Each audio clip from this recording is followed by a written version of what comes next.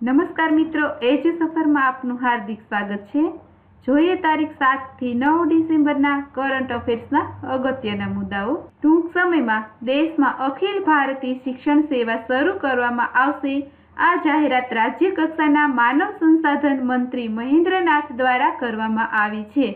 હાલમાં BS ભુલ્લરને DGCAના નવા વડા બનાવવામાં આવ્યા છે। પશ્ચિમ બંગાળમાં વાહન વ્યવહાર ક્ષેત્ર દ્વારા છેલ્લા 5 વર્ષમાં 7.5 લાખ નોકરીઓનું સર્જન થયેલ છે।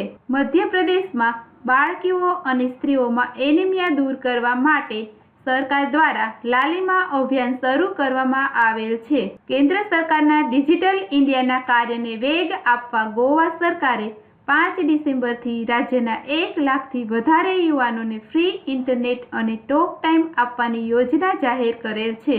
6 ડિસેમ્બરને દેશમાં હોમગાર્ડ દિવસના રૂપમાં મનાવવામાં આવે છે। હોમગાર્ડ દળની સ્થાપના ડોક્ટર ઝાકીર હુસેને કરી હતી। 5મી ડિસેમ્બર 2016ના રોજ તામિલનાડુના મુખ્યમંત્રી જયલલિતાનું અવસાન થયેલ છે। તેઓ 6 વાર મુખ્યમંત્રી પદ પર આસીન થયા હતા। તમિલનાડુના મુખ્યમંત્રીના નિધનને કારણે બિહારમાં 1 દિવસનો રાજકીય શોક જાહેર કરવામાં આવેલ। બાબા સાહેબ આંબેડકરના અસ્થિઓ જ્યાં સ્થાપિત કરવામાં આવેલ તે સ્થળને ચૈત્યભૂમિ તરીકે ઓળખવામાં આવે છે। જયલલિતાના અવસાન બાદ તમિલનાડુના મુખ્યમંત્રી તરીકે ઓ પનીરસેલ્વમને નિયુક્ત કરાયા છે। 6 ડિસેમ્બર 1978ના રોજ સ્પેનમાં 40 વર્ષની સરમુખત્યાર શાહી બાદ લોકશાહીની સ્થાપના થઈ હતી। સાઉદી અરબની ઇસ્લામિક ડેવલપમેન્ટ બેંકે તાપી પરિયોજના માટે $50 કરોડ લોન આપવાની જાહેરાત કરેલ છે।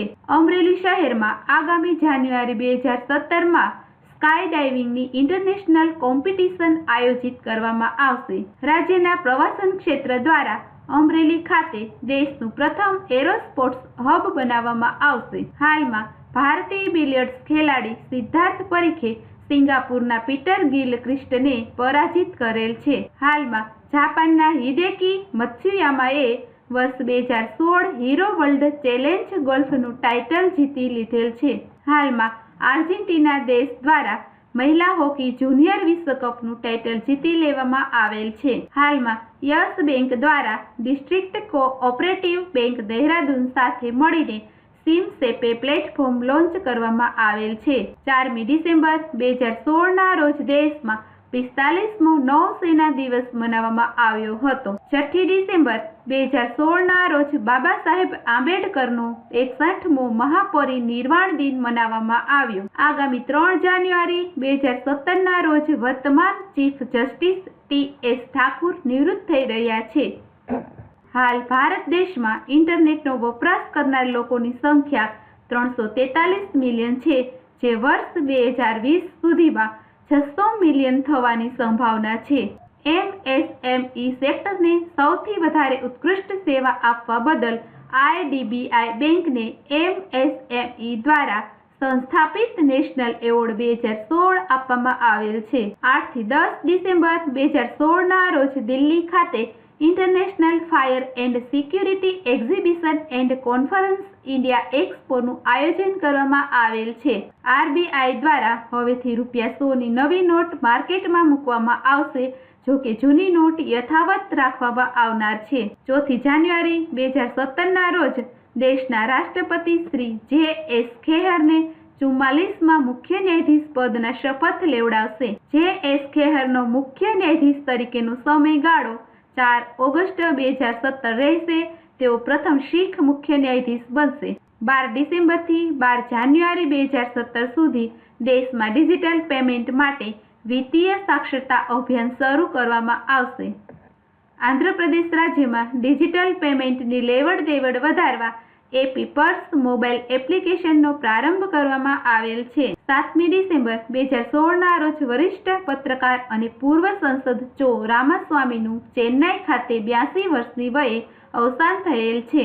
ભારતીય નૌસેના અને રોયલ નેવી વચ્ચે વાર્ષિક દ્વિપક્ષી સમુદ્રી કોંકણ 16 નૌસેના અભ્યાસ 5 ડિસેમ્બર 2016થી મુંબઈ અને ગોવા ખાતે શરૂ કરવામાં આવેલ છે। ઓસ્ટ્રિયાના 12મા રાષ્ટ્રપતિ તરીકે વાન ડર બેલેન ચૂંટાયા છે। તેઓને ગ્રીન પીસ પાર્ટી તરફથી સમર્થન મળ્યું છે.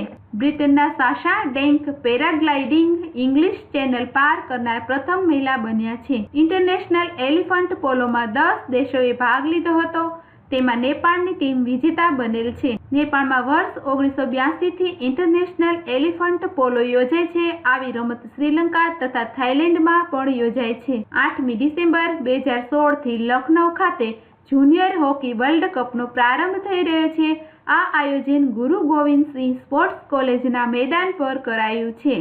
ટેકિંગ વિંગ્સ એન્ડ વિનિંગ પુસ્તકના લેખક કે.વી. સુબ્રમણ્યમ છે. 5મી ડિસેમ્બરના રોજ પ્રતિવર્ષ વિશ્વ માટી દિવસ ઉજવવામાં આવે છે. અમર અબ્રોલને એયર ઇન્ડિયાના પ્રબંધ નિર્દેશક તરીકે નિયુક્ત કરવામાં આવ્યા છે. એમેઝોન દ્વારા ભારતમાં વૈશ્વિક સ્ટાર્ટઅપ પ્રોગ્રામ લોન્ચ પેડ શરૂ કરેલ છે. 7મી ડિસેમ્બર 2016ના રોજ ભારત દ્વારા નવીનતમ રિમોટ સેન્સિંગ ઉપગ્રહ રિસોર્સ ગ્રહ 2A નું સફળ પરીક્ષણ કરેલ છે. ભારતીય રિઝર્વ બેંકે જાન્યુઆરી 2015 થી લઈને આજ સુધીમાં વ્યાજ દરમાં કુલ 1.75% ઘટાડો કર્યો છે. સંસદમાં પ્રવેશનાર પ્રથમ અભિનેતા તરીકે પૃથ્વીરાજ કપૂર હતા. તેઓને વર્ષ 1952માં રાજ્યસભાના સભ્ય તરીકે નોમિનેટ કરાયા હતા. સશસ્ત્ર સેના ધ્વજ દિન 7મી ડિસેમ્બરના રોજ ઉજવાય છે. સૈનિકોના પરિવાર માટે 7મી ડિસેમ્બર 2016 થી 31 માર્ચ 2017 સુધી ફંડ એકઠું કરી શહીદ સૈનિકોના પરિવારોને આ ફંડ વહેંચવામાં આવશે. હાલ કેન્દ્ર સરકાર દ્વારા ₹2000 સુધીના કાર્ડ પેમેન્ટ પર સર્વિસ ટેક્સ નાબૂદ કરેલ છે. લાઇફલાઇન એક્સપ્રેસમાં કેન્સરના ઇલાજ માટે 2 કોચને જોડવામાં આવેલ છે. અમેરિકાના નામિત રાષ્ટ્રપતિ ડોનાલ્ડ ટ્રમ્પ ટાઈમ મેગેઝિનના પ્રતિષ્ઠિત award time person of the year જાહેર થયા છે. પાકિસ્તાન એરલાઇન્સનું ATR પ્લેન 7 ડિસેમ્બર 2016ના રોજ 47 પ્રવાસીઓ સાથે ક્રેશ થયેલ છે. વર્ષ 2016માં આવેલ વિવિધ ભૂકંપના કારણે વિશ્વમાં 1400થી વધારેના મોત થયા છે. આ વર્ષે 13,000થી વધારે ભૂકંપના આંચકા આવેલ. વર્ષ 2011માં વિશ્વમાં સૌથી વધારે ભૂકંપ આવેલ. તે વર્ષે 16,000 વખત ધરતીએ ભૂકંપ અનુભવ્યો હતો. ઇન્ડોનેશિયાના આકેહમાં 6.5ની તીવ્રતાનો ભૂકંપ આવેલ. તેમાં 97 લોકોના મૃત્યુ થયા છે. ભારત અને બ્રિટન વચ્ચે દ્વિપક્ષીય સમુદ્રી યુદ્ધ અભ્યાસ કોંકણ 16 શરૂ થયેલ છે. હાલ ઉઝબેકિસ્તાનના રાષ્ટ્રપતિની ચૂંટણીમાં શોખ્ત મિર્ઝીયોયેવ જીત્યા છે. કોરિયા માસ્ટર ચેમ્પિયનશિપના બીજા રાઉન્ડમાં ચીનના તાઇપેનના વેંગ ઝુવેઈને હરાવી પારુપલ્લી કશ્યપે ત્રીજા રાઉન્ડમાં પ્રવેશ કરી લીધો છે. પંજાબના લુધિયાણા ખાતે તાજેતરમાં 11મી નેશનલ બુડો માર્શલ આર્ટ ચેમ્પિયનશિપ યોજાઈ હતી. પંજાબના લુધિયાણામાં યોજાયેલી બુડો માર્શલ આર્ટ સ્પર્ધામાં ગુજરાત રાજ્ય 13 ગોલ્ડ અને 6 સિલ્વર મેડલ સાથે બીજા સ્થાને રહેલ છે. શ્રી જેસને ભારતીય અંડર-21 હોકી ટીમના ગોલકીપિંગ કોચ તરીકે નિયુક્ત કરાયા છે. ભારતીય સેના દ્વારા પૂર્વ સૈનિકો શહીદોના પરિવાર માટે એક મોબાઈલ એપ લોન્ચ કરી છે. તેનું નામ વેટરન્સ આઉટરીચ રાખવામાં આવ્યું છે. હાલમાં શાહરૂખ ખાનને વર્ષ 2016ના કિડ્સ આઇકોનના રૂપમાં નોમિનેટ કરવામાં આવ્યા છે. હાલ ટાટા સ્ટીલે બ્રિટનમાં સ્પેશિયલિટી સ્ટીલ ઉદ્યોગને બારોબાર વહેંચવાનો નિર્ણય કરેલ છે. મિત્રો, અહીં આપેલ પ્રશ્નનો જવાબ આપ કોમેન્ટ બોક્સમાં જરૂર લખશો. તો આ રહ્યો આજનો પ્રશ્ન. સંસદમાં પ્રવેશનાર પ્રથમ ભારતીય અભિનેતા કોણ હતા? આ વિડીયો જોવા બદલ આપનો આભાર. મિત્રો, કેવો લાગ્યો આ વિડીયો? જો આ વિડીયો આપને પસંદ પડ્યો હોય તો આપની 2 જ સેકન્ડ આપી આ વિડીયોને લાઈક જરૂર કરશો. આપની એક લાઈક અમારા માટે ખૂબ જ કિંમતી હોય છે. જો હજી આપે ચેનલ સબસ્ક્રાઈબ ન કરી હોય તો અહીં ક્લિક કરીને આપ આ ચેનલને સબસ્ક્રાઈબ કરશો. અને જો પહેલેથી જ સબસ્ક્રાઈબ કરેલી હશે તો અહીં સફેદ કલરનું બટન હશે અને સબસ્ક્રાઈબ એવું લખેલું હશે. તો આપે સબસ્ક્રાઈબ કરવાની જરૂર નથી. આ વિડીયોની નીચે આપનો પ્રતિભાવ કોમેન્ટ્સ બોક્સમાં પણ જરૂર આપશો. અને હા, GK quiz, GK, current affairs, jobs, education news વગેરે જેવી તમામ બાબત આપના ફોનમાં રોજે રોજ મેળવવા માટે અમારી એજ્યુસફર એપ્લિકેશન પણ ઇન્સ્ટોલ કરી લેશો. ગૂગલ પ્લે સ્ટોરમાં જઈ EDUSAFAR અલબત્ત એજ્યુસફર લખી સર્ચ કરીને આ એપ્લિકેશન જરૂર ઇન્સ્ટોલ કરશો. આવજો મિત્રો.